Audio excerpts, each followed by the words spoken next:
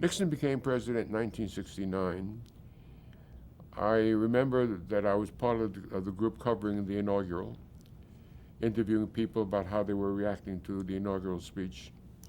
It was a very temperate, progressive speech, not very well remembered.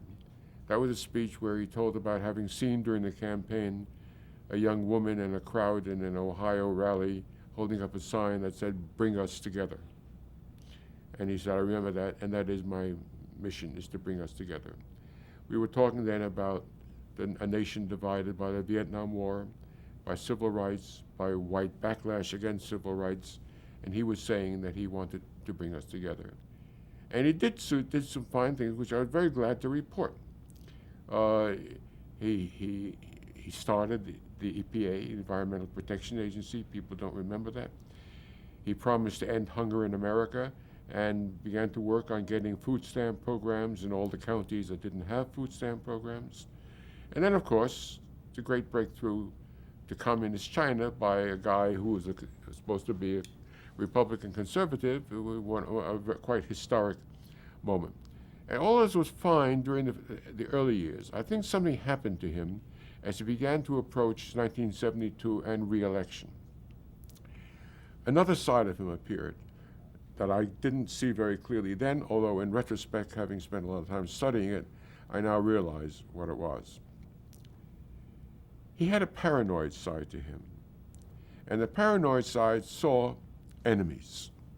Where Americans would generally talk about rivals, adversaries, and so on, he had this word, enemies, which meant something far beyond somebody who's just running against you for office.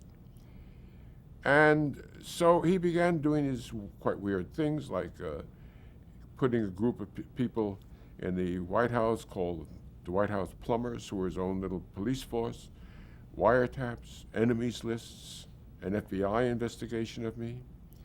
And in that respect, I'll tell you the two signal moments there. Enemies lists. The enemies lists were basically written around 1971 as it began to approach the 72 election. Their existence was not known out of the White House. We only got to know about it in 1973 when John Dean, who had jumped ship from the Nixon White House, testified before the Senate Watergate Committee about the existence of enemies lists. He submitted them in evidence but didn't read them on television.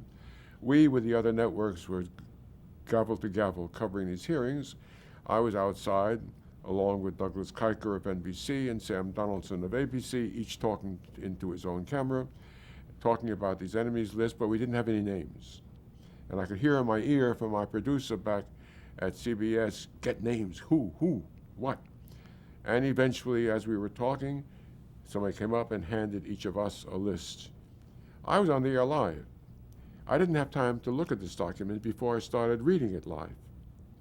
And so I said, oh, here is the first of the there are numbered 20 names, numbered, and let's see, it is from John Dean to H.R. Haldeman, subject, unscrewing our political enemies. And I began to read down the list until I came to number 17. And 17, Daniel Schorr. Notation, a real media enemy. And then I don't know how I looked at it. I've never seen the tape, but I felt as though I was going to gulp and collapse. But I did manage to say number 18, Paul Newman, number 19, Mary McGrory, number 20, and now back to you. And broke into a big sweat. The idea of becoming that I was a part of the story that I was covering was really quite incredible.